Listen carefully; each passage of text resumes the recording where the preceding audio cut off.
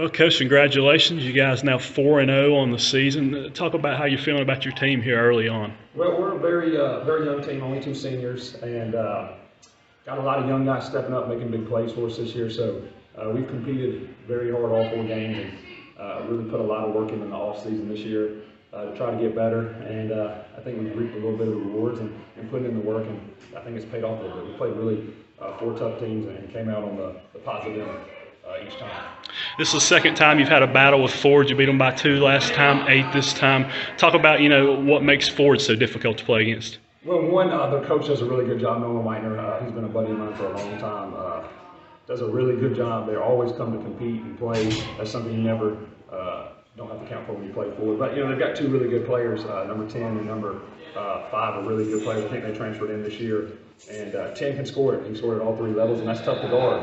And they just do a good job all around. They move the ball, they compete, and they rebound, and high energy. So it's always tough to play those teams, especially after just playing them right before Thanksgiving. So very tough. Micah Slaughter, a junior for you, had 20 points tonight. Bobby D had 20 points for you. He's been averaging over 24 a game coming in. So talk about what it's like to have those 2 guys there in the backcourt for you. Well, anytime you're 1 and 2 can go get 40 points combined, that always helps.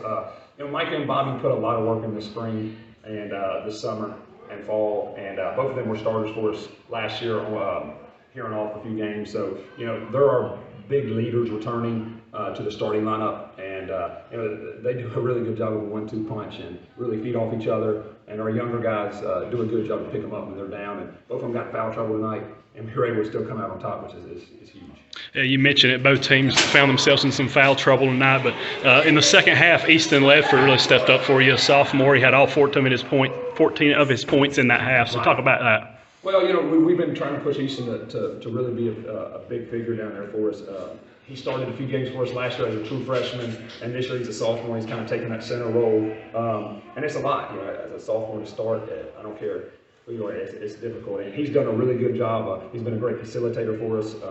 Been really good around the basket, and he's just getting better each game. He had actually one of his best practices probably last night, so he wants to reap the benefits of the reward of working hard too. So he did a really good job. Yeah. Next up, South Caldwell's off to a good start. You got them coming up. Talk about what you need to be ready for. Well, South Caldwell, they got a legendary coach, and they're always come prepared and always throw different stuff at you. Very difficult team to play, especially at their place.